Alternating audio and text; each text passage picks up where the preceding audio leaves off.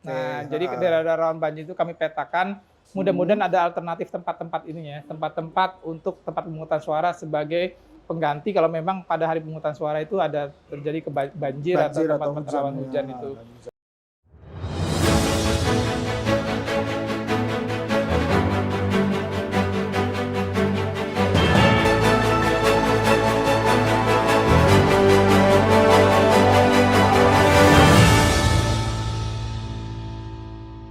Assalamualaikum warahmatullahi wabarakatuh.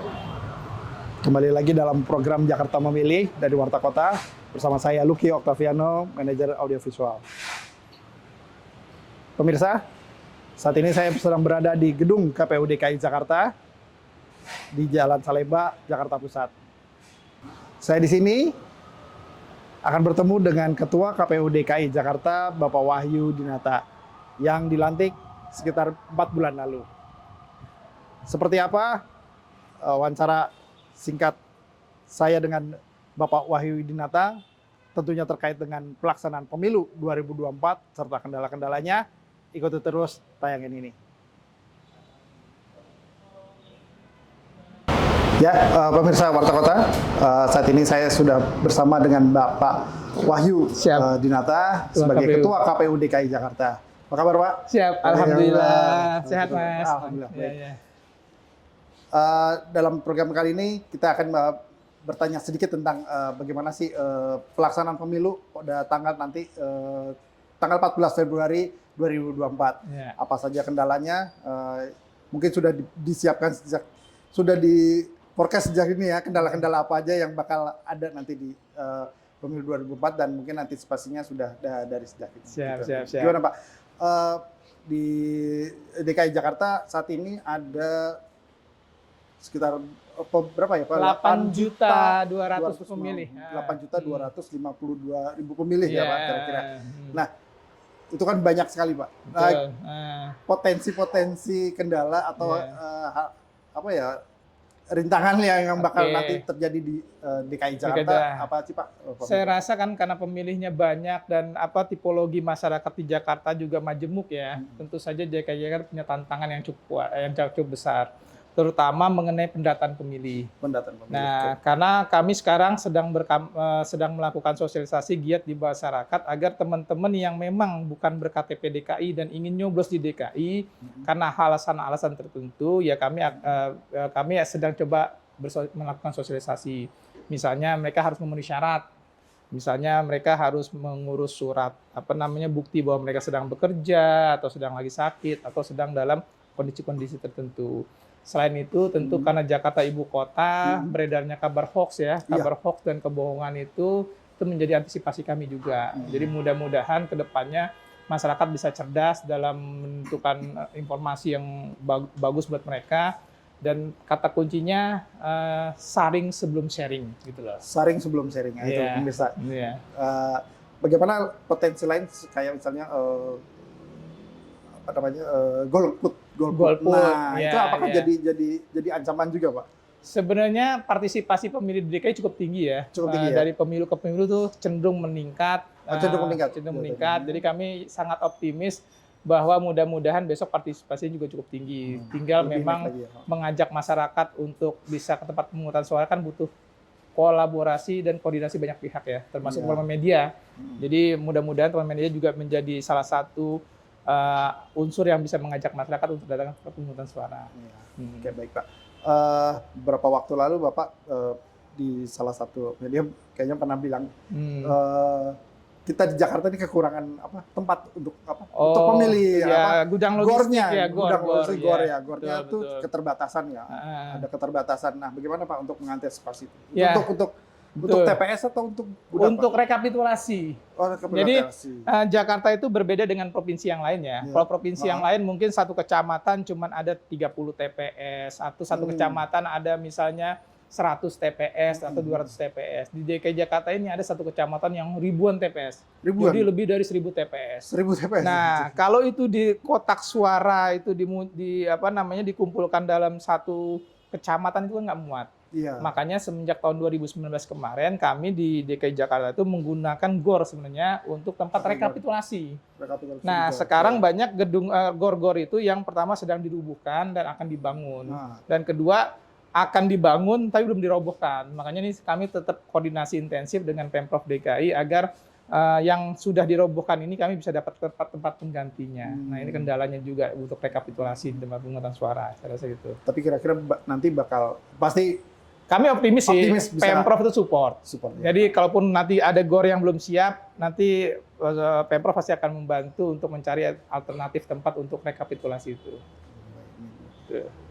Nah, Pak, nanti kan pemilu akan dilaksanakan tanggal 14 Februari Februari, 2024. iya. Di mana 14 Februari selain Hari Valentine. Iya. Itu juga musim hujan, Pak. Nah, itu kendala Iya, cuaca itu gimana, Pak? Biasanya Betul. tanggal 14 Februari itu musim-musimnya banjir, Pak. Betul. Jadi kami sudah melalui divisi teknis itu sudah mengantisipasi ya untuk memetakan daerah-daerah yang rawan banjir. Nah, Oke, jadi ke daerah-daerah rawan banjir itu kami petakan. Mudah-mudahan ada alternatif tempat-tempat ini ya, tempat-tempat untuk tempat pemungutan suara sebagai pengganti kalau memang pada hari pemungutan suara itu ada terjadi banjir atau tempat rawan hujan itu.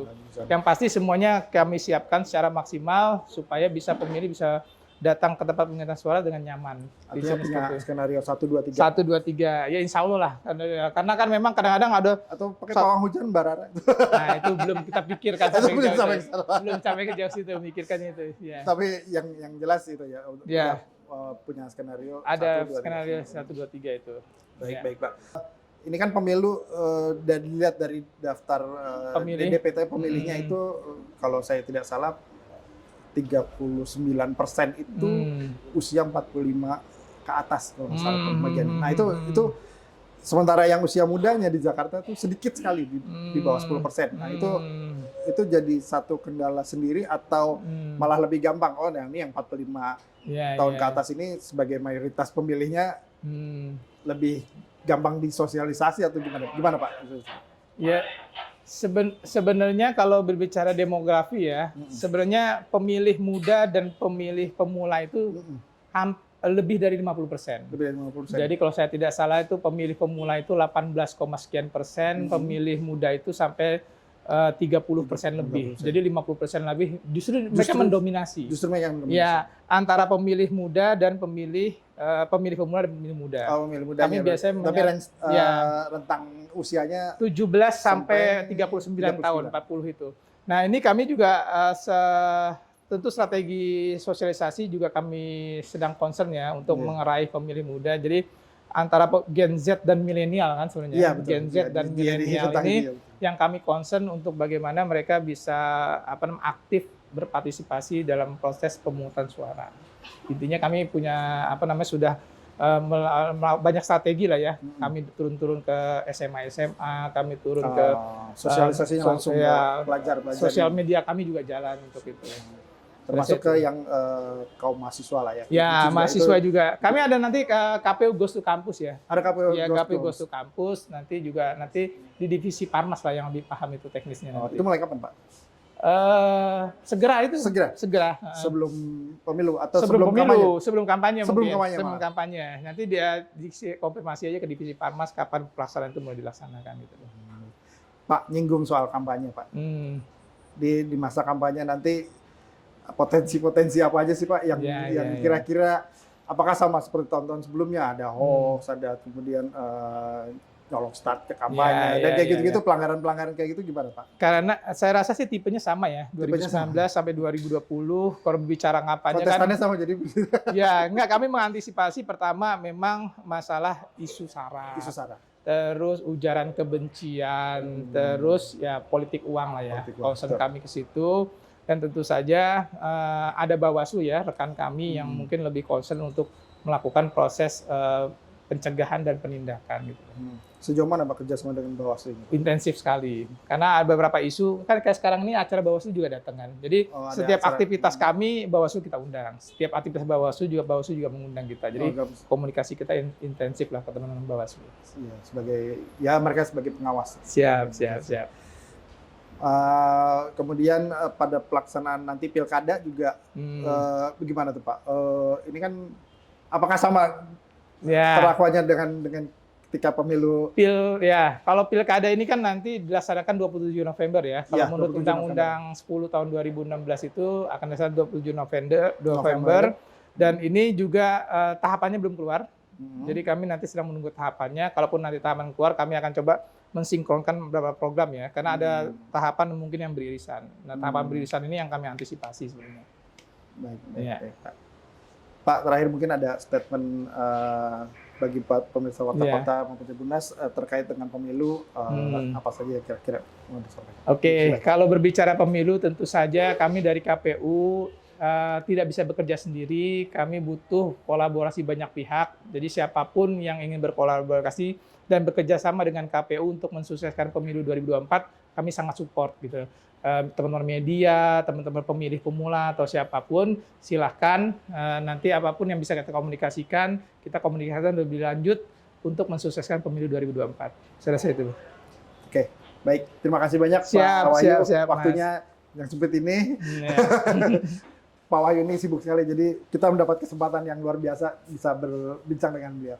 Baik pemirsa Warta Kota, sampai di sini dulu program Jakarta Memilih. Kita jumpa lagi di program Jakarta Memilih berikutnya dengan narasumber yang lainnya. Baik, Assalamualaikum warahmatullahi wabarakatuh. Waalaikumsalam warahmatullahi wabarakatuh. Terima kasih, Pak.